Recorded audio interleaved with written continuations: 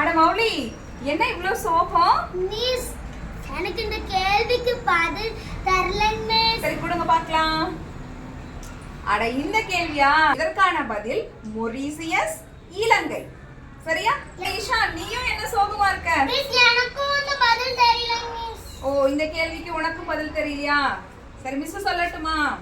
பிப்ரவரி 21. ஓகேவா? நாங்க என்ன கேள்வி கேட்டது உங்களுக்கு தெரியுமா? இருங்க, எங்க மிஸ் சொல்லுவாங்க.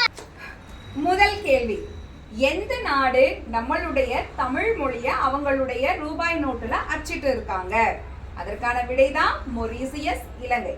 சர்வதேச தாய்மொழி தினம் என்னைக்கு நம்ம கொண்டாடுறோம்? அதுதான் இரண்டாவது கேள்வி.